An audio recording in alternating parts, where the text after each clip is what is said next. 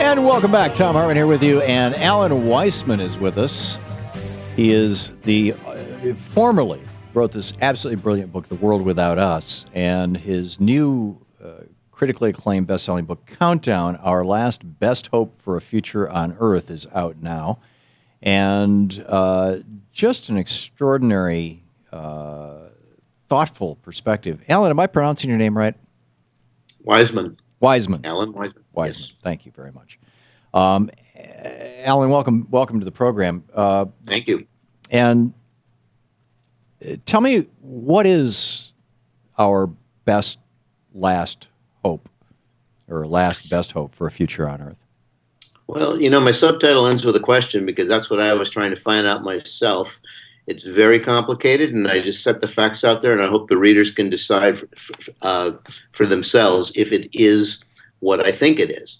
But basically, at the end of my last book, The World Without Us, I ran into this troubling fact that every 4.5 days we're adding 1 million people to the planet. And I'd really written that book because I want a world with us. I'd sort of try to clear everything away, clear us away so we could see how nature would restore itself so beautifully, and then see if we could add ourselves back to the picture. But those kinds of numbers are unsustainable. So in this book, Countdown, I look to see if we can determine how many people can fit on this planet without tipping it over. And if so, is there something that we can do about that is acceptable to the wide range of the world's cultures and religions and political systems? Nobody really likes the Chinese one-child policy, including the Chinese. I spent a month there. In fact, I went to 21 countries for this book. And we all know that most nations and religions started with a mandate to be fruitful and multiply, to become, the biggest and mightiest one around, so they wouldn't get out competed. But now we're living on a planet that is so full of us, it's beginning to really stress the ecosystem in a way that is potentially causing a lot of trouble for us. And as we keep growing, those problems are only going to grow more severe. So that's what I set out to find. Is there a way that we can bring ourselves back into balance with the rest of nature so we can ensure our own future on this planet, and to do it in such a way that we would find it, most of us on this planet would find this to be acceptable, even something within our belief systems that would accommodate it. Right. I back in 1996, when I wrote Last Hours of Ancient Sunlight, I remember the stats that we pulled together that at that point in time, we were using about 50% of the net photosynthetic productivity, the NPP, the output of all the plant matter on Earth that, is using photosynthesis, that we were using over half of all the fresh water. Has it gotten worse since then? Yeah, there's more of us here. I mean, in the last 12 years, we added another billion people. Right. And as someone points out in my book, if you try to count to 1 billion, it would take you 32 years. People are being added to the planet faster than we can count them. Right. So what do we do about this?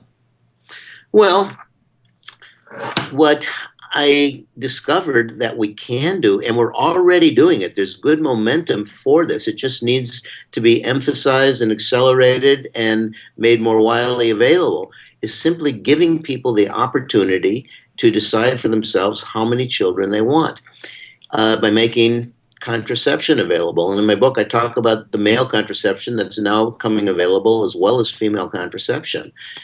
About 250 million women in this world would like to have it, and they can't get it. Mm-hmm. And to make it available, it's not that expensive.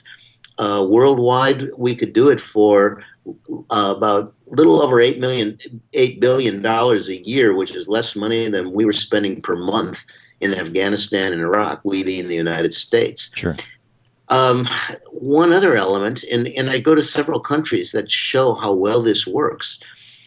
If women are given the opportunity to be educated, that pretty much solves the problem right there. Education is the best contraceptive of all. And, for example, Italy, a Catholic country with the Vatican telling them that contraception is a no-no, it also has probably the highest percentage of women with graduate degrees. anywhere. And even if a woman just gets through high school, she's deferring her childbearing, and then she's got something interesting and useful and helpful for her family. So if she wants to have children, she generally stops with 2 or fewer, because you can't exercise that profession if you got, a horde of kids hanging on you. Right. This is something that has been effectively used by countries who realized that their population was going to outstrip their opportunity to provide jobs for them. And just keeping women in school, I mean, it's such a wonderful bonus, too, because at the end of it, we get these very, very skilled women who can only enhance society. I thought it was interesting that I think it was Mitch McConnell, might have been earlier today, was saying, I'm pretty sure from the floor of the Senate, was saying that it was a group of women in the Senate who put together the deal that's turning the government back on.